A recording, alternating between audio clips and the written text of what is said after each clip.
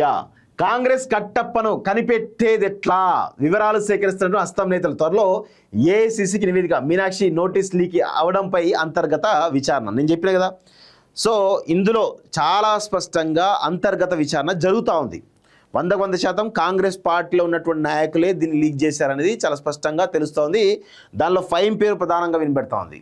So Revanth Reddy అనేది కొంతమంది, ఇక రకరకాల వ్యక్తుల పేర్లు కొంతమంది, ముఖ్య నేత పిఏ ఆల్రెడీ ఎంక్వైరీ చేసిండు ఆమెతో చెప్పి ఆమెనే డైరెక్ట్ నేషనల్ మీడియాతో చెప్పడం జరిగింది. సో ఎవరో కాదు, బీజేపీ వాళ్ళు లీక్ చేయలేదు, బీఆర్ఎస్ వాళ్ళు లీక్ చేయలేదు, కిషన్ రెడ్డి లేదు, హరీష్ రావులు ఎవరు లేరు. ఓన్లీ కాంగ్రెస్ పార్టీలో ఉన్నటువంటి వాళ్ళే ఆ సమాచారాన్ని బీజేపీలో ఉన్నటువంటి వాళ్ళకి ఇవ్వడం ద్వారా వాళ్ళు ఎలక్షన్ కమిషన్ కంప్లైంట్ చేయడం జరిగింది.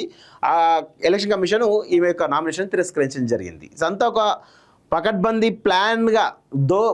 ప్లాన్డ్గా జరిగింది. మీనాక్షి నటరాజన్ పైన పగ తీర్చుకునే విధంగా తెలంగాణ కాంగ్రెస్ సంబంధించిన కీలకమైన నేతలు ప్లాన్ చేశారు, దానిలో సక్సెస్ అయ్యారు. సో అది ఆ కట్టప్ప ఎవరు? రేవంత్ రెడ్డి. ఇంకెవరు ఉంటారు?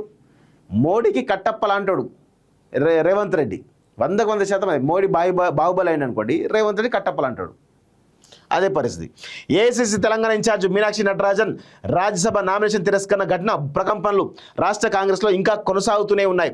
తెలంగాణ నుంచే తమకు మీనాక్షి నోటీసు వివరాలు అందాయంటున్నటువంటి బీజేపీ నేతల కామెంట్లు హస్తం పార్టీలో తీవ్ర చర్చకు దారితీశాయి. మీనాక్షి నామినేషన్ ఆర్ఓ తిరస్కరించేటప్పటి నుంచి ఈ అంశంపైన ఏఐసిసి పెద్దలు కూడా సమాచారం సేకరిస్తున్నారనేటువంటి టాక్ గాంధీ భవన్ వర్గాల్లో వినిపిస్తోంది. ఇందులో భాగంగానే కాంగ్రెస్ కీలక నేతలు, రాష్ట్ర నాయకులు పలు కోణాల్లో ఈ అంశంపై సమగ్రంగా విచారణ జరిపి ఏఐసిసి పెద్దలకు ఓ నివేదికను కూడా సమర్పించేటువంటి అవకాశాలు ఉన్నాయని హస్తం వర్గాలు వెల్లడిస్తున్నాయి. కాగా నామినేషన్ తిరస్కరణ తర్వాత ఢిల్లీలో ఏఐసిసి గురువారం అత్యవసరమైనటువంటి సమావేశాన్ని ఏర్పాటు నిర్వహించింది. పార్టీ ప్రధాన కార్యదర్శులు, ఇన్ఛార్జీలు, పీసీ అధ్యక్షులు హాజరయ్యారు. ఈ సమావేశంలో నామినేషన్ తిరస్కరణ సంబంధించినటువంటి అంశాన్ని ముఖ్య నేతలు ఆరా తీసినట్టుగా పార్టీ వర్గాలు చెప్తున్నాయి. సో మరోవైపు ఢిల్లీలో నీతి ఆయోగ్ సమావేశానికి హాజరైన సీఎం రేవంత్ రెడ్డి పార్టీ అగ్రనేత రాహుల్ గాంధీతో భేటీ అయిన సందర్భంలోనూ నామినేషన్ తిరస్కరణ అంశంపైన చర్చ జరిగిందని చెప్పేసి పార్టీ వర్గాలు అంటాయి. లీక్ వీరులున్నారా? అసలు మెయిన్ రేవంత్ రెడ్డి లీక్ వీరుడు. ఇక మళ్ళీ వేరే అందులో ఇంకో కోణం ఎందుకు? చాలా స్పష్టంగా అర్థమైపోతుంది.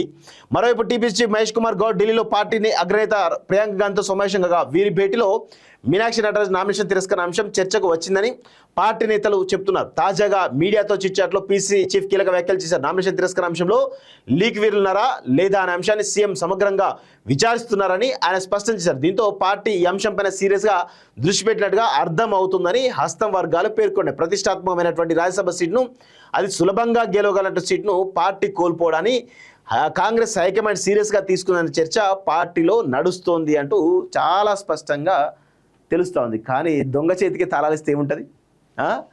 దొంగనే రేవంత్ రెడ్డి. మళ్ళీ ఆయనకే సమగ్ర విచారణ చేస్తుందంటే ఇట్లా ఆయనకు తప్ప ఎవరికి తెలుస్తుంది? ఆ సమాచారం ఎవరికి తెలియదు. రాజకీయ వర్గాల్లో తీవ్రమైనటువంటి చర్చ అది జరుగుతున్న విషయం. అది కాంగ్రెస్ పార్టీ మెడకే చుట్టుకున్నది అనేది చాలా స్పష్టంగా అర్థమైపోయింది. వాళ్ళకు కూడా అర్థమైపోయింది.